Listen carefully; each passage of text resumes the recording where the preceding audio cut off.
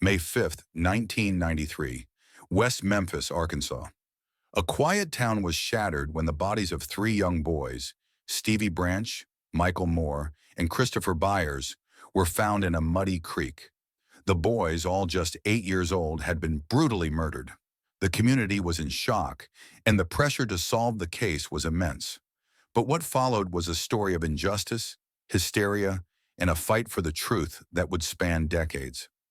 Police quickly zeroed in on three teenagers, Damian Eccles, Jason Baldwin, and Jesse Miskelly Jr.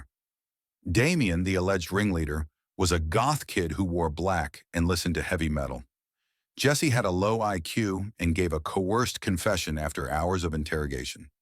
Jason was a quiet, introverted teen who happened to be friends with Damian. The prosecution claimed the murders were part of a satanic ritual, pointing to Damian's interest in Wicca and the boys' alleged fascination with the occult.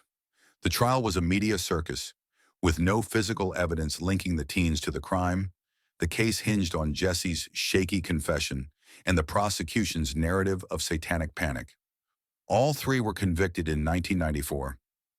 Damian was sentenced to death, while Jason and Jesse received life in prison. But almost immediately, questions arose. Had the real killers been overlooked? Was this a rush to judgment fueled by fear and prejudice? Over the years, new evidence emerged. DNA testing excluded the West Memphis Three from the crime scene and pointed to other suspects.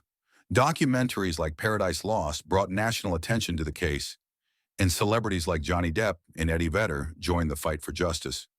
Finally, in 2011, after 18 years behind bars, the three men were released under an offered plea, a legal maneuver that allowed them to maintain their innocence while acknowledging the prosecution had enough evidence to convict them. But the case remains unsolved. Who killed Stevie, Michael, and Christopher? Were the West Memphis Three wrongfully convicted? Or is the truth even more complicated?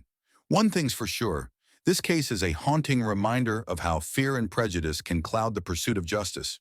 What do you think really happened in West Memphis? Let us know in the comments.